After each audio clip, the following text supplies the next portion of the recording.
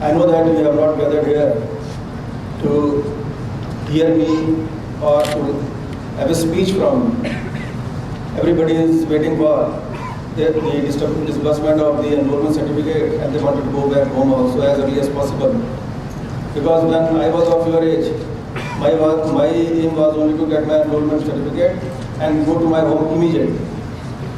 But I am here not to inflict a speech, but I want to talk to you because when Mr. Bhawan came to my chamber for the purpose of inviting me for today, the moment he said that, would you like to become the chief guest today for this function, I immediately said, yes, I will come. There is a reason behind this invitation and accepting the invitation from the Bar Council. Firstly, I owe whatever I have got to the Bar Council because this is my Bar Council. I was enrolled in this Bar Council as an advocate in the year 1982. I was just like you, all young lawyers. I was just 23 or 24 years of age. And at that time, the Bar Council was situated in Sector 9. It was a small house which was converted into Bar Council. And the chairman gave me the enrollment certificate in his chamber. But with the passage of time, the scenario has changed. The Bar Council has grown up. There is the Auditorium of the Bar Council. There are so many lawyers who have gathered today to receive their enrollment certificates so that they may enter in the new era, new world of legal practice to earn their bread and to achieve heights. Today's day, that is 17th November of 2019, is a very important day in your life. Because not only you will be getting enrollment certificate from the Bar Council, of which you are just now become the member after swearing the oath and also getting the enrollment certificate. But also, besides your own parents and relatives who are there to look after you in your at the time of need or at the time of 11th hour, there is it's a big body, statutory body of Bar Council and lakhs of lawyers of all over India to support you. But with this kind of empowerment which you will get by becoming a member of the Bar Council, you are also facing a difficulty of having the responsibility to carry this empowerment which you are getting just now. We have seen very often that there are disputes, maybe because of the reason of somebody else instigating the lawyers, but the lawyers are in news because of certain disputes, and it is only because of the reason that they fail to carry themselves as an officer of the court. What I mean to say is that once you become a lawyer, an advocate, then you become officer of the court, not inside the court only, but also outside the court. You are the face of the Bar Council now. You have to behave as a member of the Bar Council, as an enrolled member of the Bar Council, so that anything which happens with you may not happen with the Bar Council, and you may not, the image of the Bar Council may not be tarnished. Second thing is that about the professional ethics. I wanted to know how many lawyers, advocates who will be enrolled today are going to join the profession. Please raise your hand. So there are so many. And how many of you are the first generation lawyers? Alright, there are so many. So as I've said in the beginning, that I wanted a platform from where I can guide the young lawyers who are going to join the profession. So this is the right platform which has been given to me by the Bar Council today. So I will talk to you about how to become a good assisting counsel. I was thinking in my office when I was coming to this place that what should I tell you? What is the thing which will create an interest in you? Then I thought that everybody must be wanted to know that now we have got the license, what should we do now? So as everybody has said that they are going to join the offices of the advocates or they want to practice. So the moment you join the practice, you have to choose, don't start your practice independently. This is my first advice. Don't join your practice independently, join a good office, whomsoever he may be. Once you join the office of a lawyer, then what you have to do, that I will tell you one by one. This is I am saying from my own experience. Though I am a judge, I am not an advocate. But in one life, I have seen both the shades of advocate also, the judge also. I have practiced for 25 years, I am a judge for 12 years, so I have in one life I have seen both the shades. So I know about the advocates also, I know about the judges also. So at present, I will discuss with you how to become a good and successful junior assisting counsel. So please, whatever I say, if it is used by one of you out of 363 enrolled today, then I would think that I become successful in conveying what I wanted to convey. The moment you join the office of a senior advocate or an advocate, don't think that you are his employee. Please note this. I have seen more often that the lawyers, they join the office, they ask, what will you pay me? Then I will, and because it is they are thinking that the moment they have got the license or the enrollment certificate, they would start earning.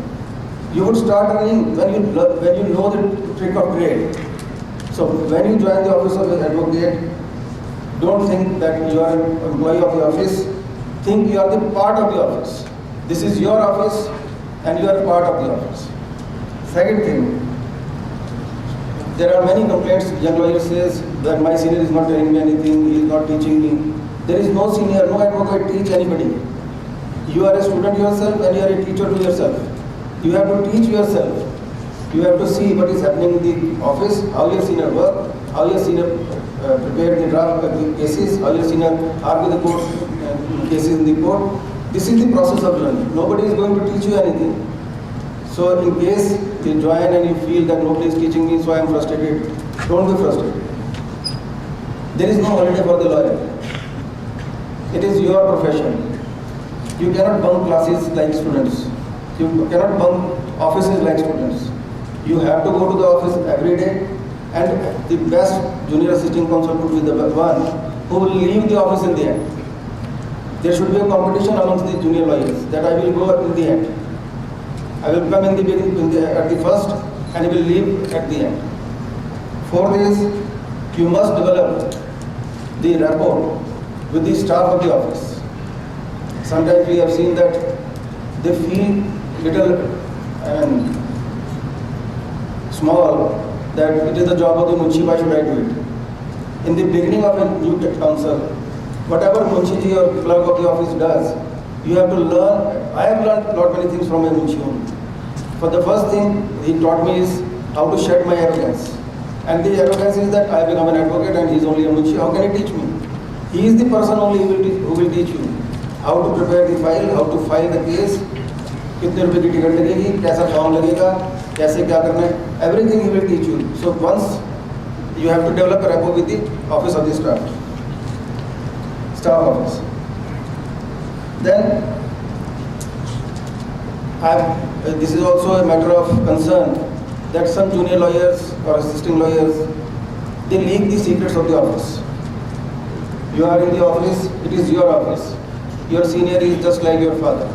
Don't leak the secret of his office to anybody, even to your fastest friend. Whatever is happening in the office is happening there. That is the end of the matter. The other thing is, you must have first-hand knowledge about all the courts. Supposing somebody is coming to the High Court for practice and joins, say, Mr. Munjal as a junior. Then there are 52 judges, or about 50 judges. You must know about every court. You must know about where the case is filed. You must know from where the certified copy is to be obtained. This is a part of practice for the junior advocate. Your senior has already done everything like that. When you join the office, you see how the office is managed by your senior, how to inform the client, and always give the correct picture to your client. Don't conceal anything. If you conceal something, then it is going to rebound and it is going to affect your practice only. Then the next thing is, read the case file thoroughly, even in those cases in which you have to take a date. My personal experience in the High Court is that the young junior lawyers, they appear before me They just ask for an adjournment on behalf of their senior, but they have not read the case file at all. Once a file is given to you, and you are sitting in the court for, say, waiting for your turn, and the turn comes after 2 hours, then don't indulge in gossiping. Read the file at that time, and prepare your mental notes or short notes, whatever way you want to make the notes, and then you ask for an adjournment, and in case the court asks you that what are the facts of the case, and immediately if you narrate the facts, you will create a good impression about yourself in front of the court. The other thing is that this is all I am saying from my experience, sitting on the dais, that lawyers, they are indulged in the mobile. They keep on playing with the mobile in court. They are not attentive. You are not a student anymore. You are not in the university. You are in the court now. And you have to give respect to the court. Playing mobile in the court, talking to your fellow friends is all an insult of the court. It's a contempt of the court, though nobody punishes for it, but it is an insult of the court. So be attentive in the court always and listen how the case is argued by your senior or somebody else. Then you will learn the court craft, that in a particular situation where the judge is not agreeing with the senior or the lawyer who is arguing, then how he handles the situation. And this is all practice. That is why we call it practice of law.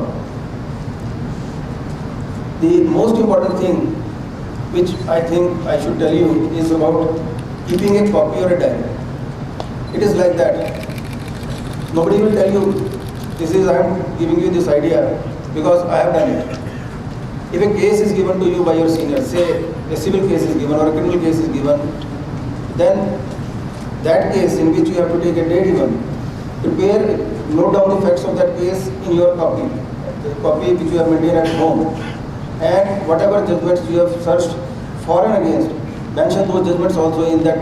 So it will become a record for you, and in future when you start your independent practice, then you will not be in a position to, you are not supposed to ask anybody that in such a situation what should I do, because you have already dealt with the case yourself, though it is to be argued by your senior. And the last but not the least is, be a good researcher. You must read, you must develop the skill of finding out the relevant judgments. You must read the basic judgments of the Supreme Court, 5 judges benches, 7 judges benches, 9 judges benches, because you are not supposed to compete with your fellow friends. You have to compete with yourself. आप ये सोचो कि कल मैंने क्या पढ़ा था और आज मेरे को उससे ज़्यादा कितना आता है. Every day you have to increase your knowledge. Once you have, as Mr. Prad has said, that this is a profession of reading, you have to develop the habit of reading. Once you have entered this profession, now this is a new beginning of a hard work. Lawyer की जो जवानी होती है वो सारी इसमें गुजर जाती है. अब आप सोच लो जाना भी है कि नहीं जाना है. So it requires hard work. Profession is called a jealous mistress, meaning that like a mistress doesn't like the husband or the wife of the husband, the profession is the same. Profession says that you stay with me, don't go to your wife, don't go to your bedroom, stay back in office. So profession is a jealous mistress. And once you are taking up this profession as an advocate, then I can assure you that sky is the limit. I was a very ordinary boy, and I got enrolled in 1982. 25 years I practiced, and today I am here before you and giving this speech. Tomorrow, one of you could be here and giving this speech like me.